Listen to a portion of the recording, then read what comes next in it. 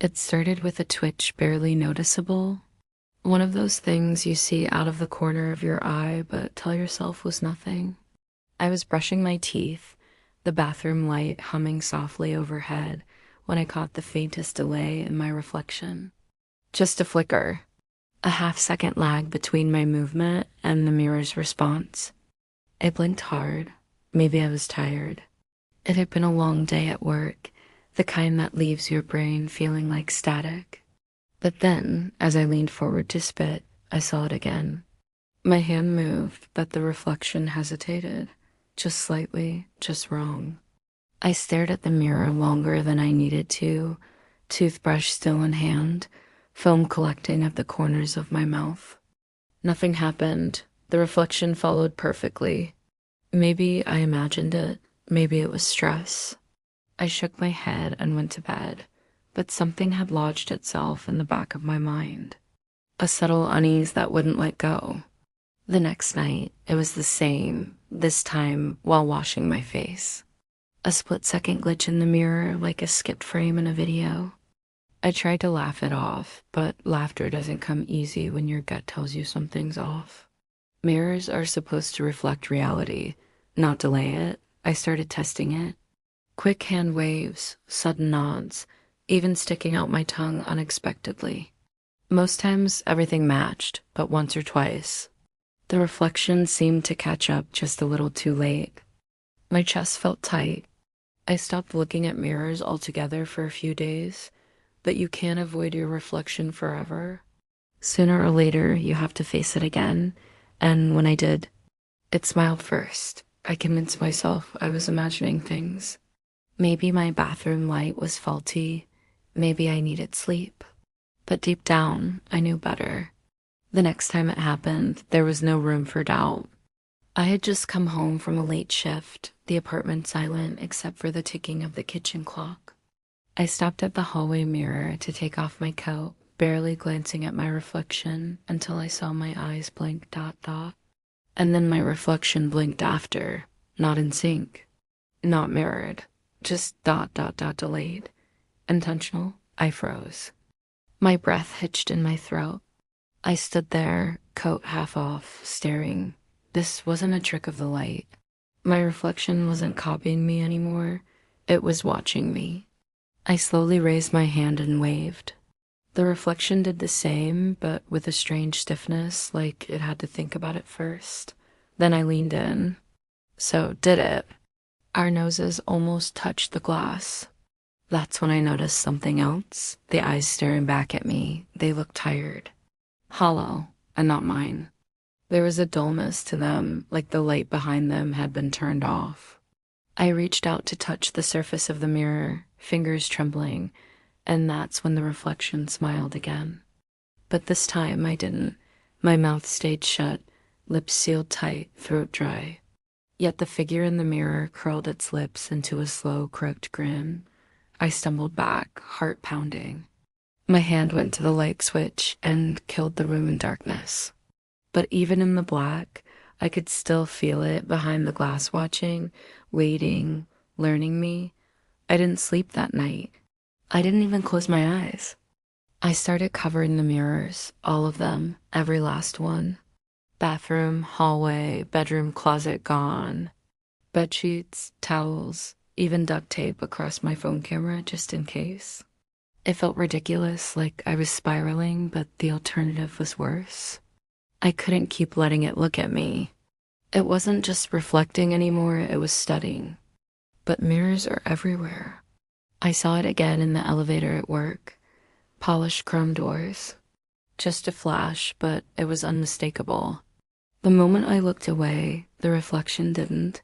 It kept staring, head cocked, a millisecond behind the world. And the dreams, they were getting worse. Every night, I'd find myself trapped in a room made entirely of mirrors.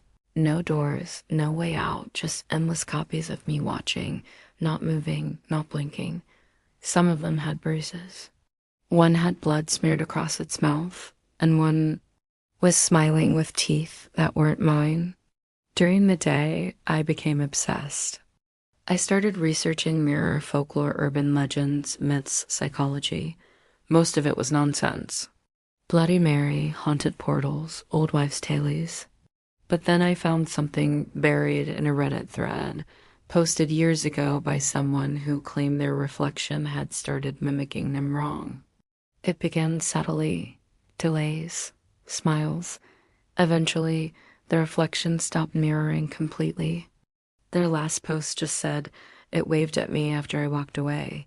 That night, I couldn't help myself." I uncovered the bathroom mirror. My heart thundered in my chest. I stared. Nothing happened until I turned to leave and saw it in the corner of my eye waving goodbye. I didn't scream. I couldn't. My voice was gone, caught somewhere deep inside my throat, like it knew I wouldn't be needing it anymore. I needed answers, not theories, not ghost stories, truth. So I went back to where the mirror came from. It was old, part of the apartment when I moved in. An antique framed into the bathroom wall, like it had been there forever. I called the landlord, pretending I wanted to replace it. He hesitated, then muttered something strange. "You're not the first to ask about that mirror." When I pressed him, he got cagey, said the building had a weird history, and hung up. That was enough. I pried the mirror from the wall that night. Behind it was nothing but dust, mold, dot, and something else. A patch of rotting wallpaper underneath, covering what looked like a second mirror. This one was thinner, older.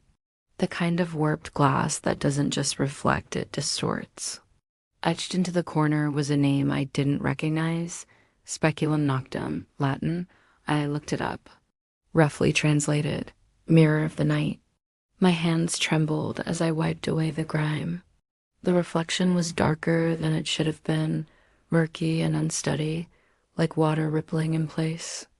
But I could still see myself, and as I stared, I realized the thing in the mirror wasn't me anymore. It mimicked my pose, yes, but not the fear in my eyes, not the pain in my expression. It looked calm, almost relieved. I moved my right hand. It moved its left, perfect sync. But then it lifted its other hand, independent, fluid, and touched the glass from its side. A whisper slid into my ears, not from behind, but inside my skull. "You've been preparing me for so long." I stumbled back, nearly falling. The glass shimmered like it was softening, like it was thinning. I should have run, smashed the mirror, burned it, something. But I didn't. I stood there, frozen, staring into that warped, watery glass. My reflection was still smiling, but now it was moving without me, its head tilted slowly. Its eyes locked onto mine like a predator, seeing its prey finally give up the chase. Then it mouthed words I didn't say, "Trade places with me." I stepped back. "No," I whispered, "this isn't real." The reflection shook its head slowly, like a parent disappointed in a child. Then it raised both hands, and I watched in paralyzed horror as its fingers began pressing through the surface of the glass, not shattering it, passing through it. Like the mirror was liquid, its arm followed, then its shoulder. It didn't crawl out. It emerged, smooth and deliberate, like it had done this before. Like it was used to stealing lives. I turned to run, sprinted toward the door. But it was locked. I didn't remember locking it. Behind me, I heard footsteps identical to mine. Not stomping. Not chasing. Just walking, patiently, confidently, like it already knew how this ended. I looked over my shoulder and saw myself standing there, but not really me. Not anymore. The eyes were wrong. The body too stiff, too clean. Like it had been ... copied. Sculpted, fabricated to replace. "Thank you," it said in my voice. "You've done all the work. I just needed you to see me." It raised one hand and snapped its fingers. The world flipped. I was behind the mirror. I screamed, pounded the glass, but nothing came out. My voice didn't carry through. On the other side, my double stood in my world, wearing my life, already turning away. And as it left the bathroom, it didn't look back.